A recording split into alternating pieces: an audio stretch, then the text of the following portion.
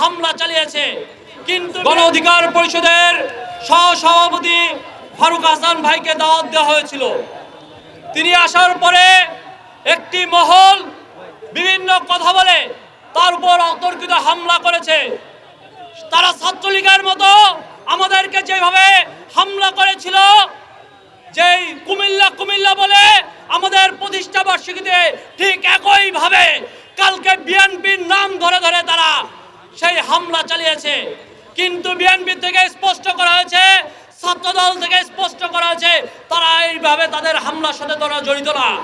আপনাদের বুঝতে হবে, ছাত্রলীগ এখনো জায়গায় জায়গায় ঘুরছে এবং তারা ঝটিকা মিছিল দিচ্ছে, কিন্তু বর্তমান প্রশাসনকে, যেই সরকারকে আমরা রক্তের বিনিময়ে বসিয়েছি, তারা এখনো নিশ্চুপ রয়েছে।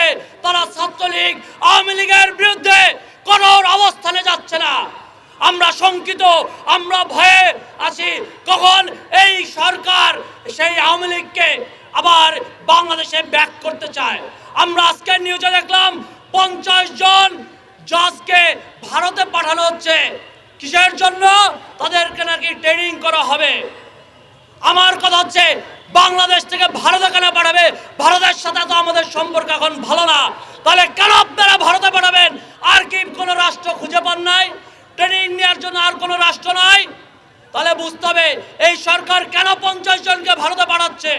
সেখানে আমরা শঙ্কিত। আওয়ামী লীগের সাথে কি তারা কোনো ধরনের লিয়াজু করার চেষ্টা করছে কিনা সেটা আমরা সন্দেহান।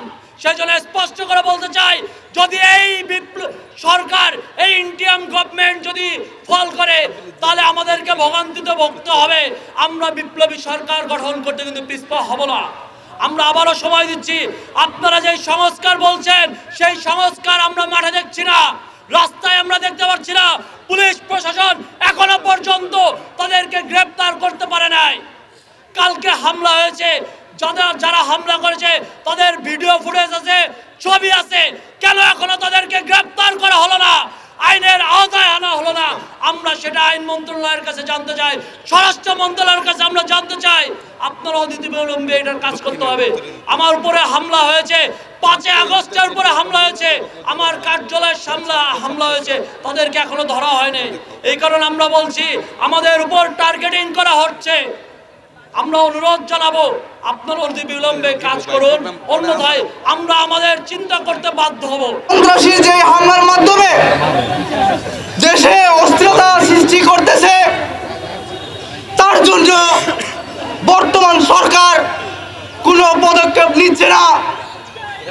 আমরা অনতিবিলম্বে বর্তমান সরকার কাছে দাবি জানাবো, এই সন্ত্রাসীদেরকে দ্রুত সময়ের মধ্যে গ্রেফতার করে উপযুক্ত শাস্তি নিশ্চিত করা হোক।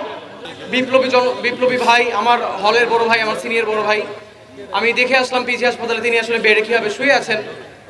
তার উপর যে অতর্কিত হামলা হয়েছে গতকালকে, আসলে আমরা তার ছোট ভাই হিসেবে ঢাকা বিশ্ববিদ্যালয়ের শিক্ষার্থীরা চরমভাবে ব্যথিত হয়েছে। এই ধরনের ঘটনা স্বাধীন বাংলাদেশে কোনোভাবেই কাম্য নয়। এই ধরনের ঘটনা আমাদের বিপ্লবীদের রক্তের উপর বেইমানি করা, এই ধরনের বেইমানি আমরা কোনোদিন দেখতে চাই না। আমাদের ফারুক ভাইয়ের উপরে অতর্কিত হামলার আমি তীব্র প্রতিবাদ জানাচ্ছি এবং এর দ্রুত বিচার নিশ্চিত করার দাবি জানাচ্ছি।